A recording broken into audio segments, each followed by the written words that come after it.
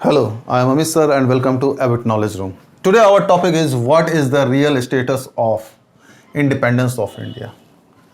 दोस्तों ये टॉपिक मैंने इसलिए उठाया कि आप देख रहे हैं बहुत सी कंट्रोवर्सी हो रही है रिसेंट में कि कोई कहता है आज़ादी में भीख में मिली है, कोई कहता है आज़ादी हमें 99 साल के लीज पे मिली है, कोई कहता है कि आज़ादी जो है अंग्रेज़ों की एक साजिश से वास्तव में हम आज़ाद हुए ही नहीं है। तो ये सब कंट्रोवर्सी क्या है और इसके पीछे की सच्चाई क्या है, इसको थोड़ा सा शॉर्ट में जानने की कोशिश हम लोग करेंगे। तो आप सबको पता है कि we got independence in the year 1947। कब मिला? 15th of अगस्त को। 15th of अगस्त को दो कंट्री आज़ाद हुए, इंडिया और पाकिस्तान। तो ये आज़ाद हुए तो कहाँ से आज़ाद हुए? तो ये समझना है कि हमें ये आज़ाद हम अंग्रेज़ों से हुए। तो आपको पता है कि इंडिया में जो सबसे पहले आए थे वो ईस्ट इंडिया कंपनी आए थे। ईस्ट इंडिया कंपनी एक कंपनी थी जो ब्रिटिश गवर्नमेंट की तरफ से आई थी और वो यहाँ रूल कर रही थी। लेकिन आपको पता है कि 1857 का रिवॉल्यूशन हुआ और 1857 का रिवोल्ट जब हुआ तो उसके बाद ये जो कंपनी का शासन था वो ख़त्म हो गया और वो शासन अब ट्रांसफ़र हो गया किसको? क्राउन को। तब क्राउन वहाँ पे डायरेक्ट रूल करने लगी इंडिया के अंदर। तो रूल कौन कर रहा था इंडिया में? क्राउन रूल कर रहे थे, मीन्स ब्रिटिश रूल कर रहे थे। तो इंडिपेंडेंस हमें किससे मिलना था? तो ब्रिटिश से मिलना था। वो कैसे रूल कर रहे थे? वो by the act of British parliament यहाँ पे रूल कर रहे थे। तो इंडिपेंडेंस भी कैसे जाएगा? By the act of British parliament वहाँ से जाएगा। समझिए बात को। जैसे कि कानून, अभी कृषि कानून जो है वो गवर्नमेंट ने कहाँ पास किया? पार्लियामेंट में पास किया। तो कहाँ से वापस होगा? पार्लियामेंट से ही वापस होगा ना। अब बात को समझ रहे हैं? तो यहाँ पे भी 1947 में जब बिल पास हुआ वहाँ पे उसको कहते थे Indian independence act. Indian independence act 1947। उस समय दो तीन चीज़ें इंडिया के फेवर में भी। एक तो 1945 में सेकेंड वर्ल्ड वॉर ख़त्म हुआ और सेकेंड वर्ल्ड वॉर का इंग्लैंड जो है बहुत वीक हो गया था फाइनेंशियली और रिसोर्सेज बहुत कम हो गए, तो वो इंडिया के ऊपर शासन करे इस स्थिति में नहीं रह गया था। तो एक तो आज़ाद उसको करना ही करना था।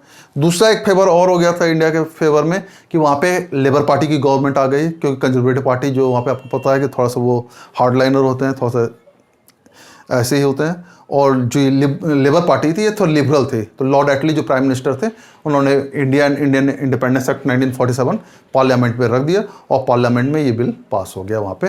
और इस बिल के पास होते ही इंडिया आज़ाद हो गया। लेकिन वो बिल में था क्या?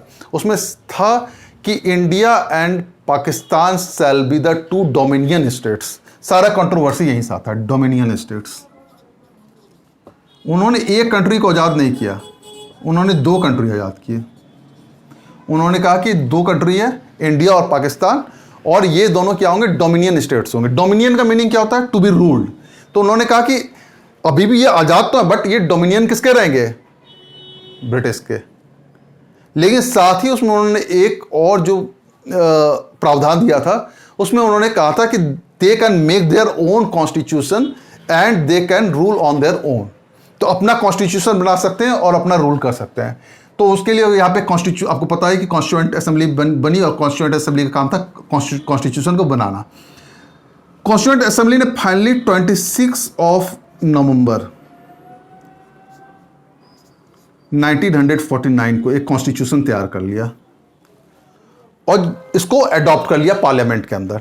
तो 1949 में जो कॉन्स्टिट्यूशन हमने अडॉप्ट किया था पार्लियामेंट के अंदर, उसका एक प्रियम्बल लिखा गया एट दैट टाइम। और very learned prime minister Jawaharlal Nehru ने वो प्रियम्बल लिखा था।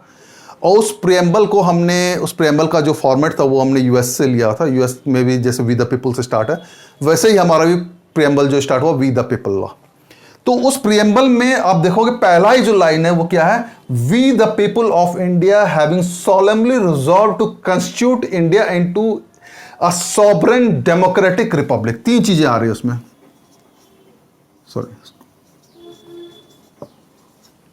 सॉवरेन, डेमोक्रेटिक रिपब्लिक भी आ रही है लेकिन सॉवरेन पे हम ज्यादा फोकस करेंगे।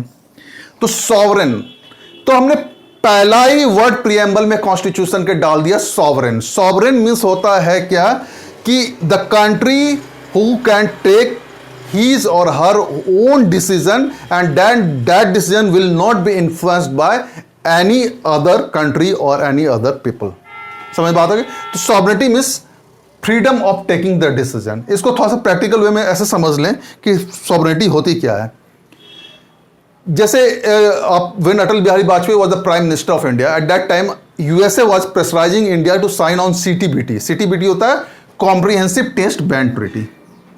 इसके बाद आप एटॉमिक टेस्ट नहीं कर सकते अगर आप इसके सिग्नेटरी हो गए तो इंडिया ने कहा कि अभी हमारी स्थिति नहीं है कि हम इस पर, ऑल्दो यूएस प्रेशराइज कर रहा था, लेकिन इंडिया ने साफ मना कर दिया कि हम सीटीबीटी पे साइन नहीं करेंगे, क्योंकि इस पे साइन करना है या नहीं करना है ये मेरा अधिकार है।